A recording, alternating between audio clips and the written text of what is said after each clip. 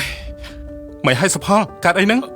ខ្ញុំដូចជាឈឺក្បាលវិលមុខហើយឬក៏ខ្លាំងមើលទៅដូចជាមិនស្រួលទេគ្នាយើងបញ្ញាប់នាំសភៅទៅពេទ្យ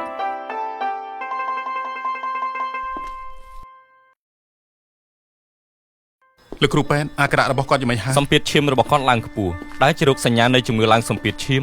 ជំងឺឡើងសម្ពាធឈាម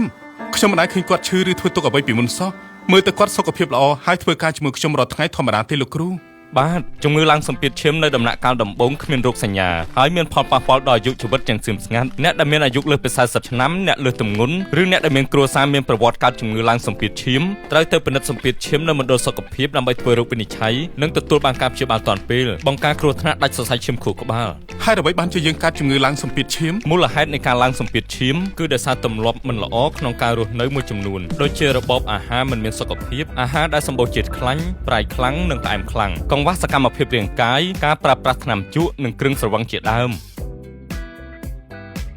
សម្ពាធឈាមរបស់បងគឺល្អធម្មតាទេបងត្រូវមកពិនិត្យឲ្យបានទៀងទាត់ហើយត្រូវផ្លាស់ប្ដូរឥរិយាបថក្នុងការរស់នៅផងដែរត្រូវកាត់បន្ថយការទទួលទានអាហារដែលមានជាតិប្រៃដូចជាការដាក់អំបិលទឹកស៊ីអ៊ីវទឹកត្រីប៊ីចេងនិងម្សៅស៊ុបកាត់បន្ថយការបន្ថែមទឹកជ្រលក់ផ្សេងទៀតកុំភ្លេចណែនាំក្រុមគ្រួសារមិត្តភ័ក្តិមកពិនិត្យផងបាទអរគុណហើយលោកគ្រូពេទ្យ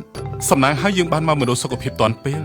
ប្រជាជនទាំងអស់ដែលមានអាយុចាប់ពី40ឆ្នាំឡើងទៅអ្នកលើសទម្ងន់ឬអ្នកដែលមានគ្រួសារមានប្រវត្តិកើតជំងឺឡើងសម្ពាធឈាមសូមទៅពិនិត្យជំងឺឡើងសម្ពាធឈាមនៅមណ្ឌលសុខភាពដើម្បីដឹងពីសម្ពាធឈាមរបស់អ្នក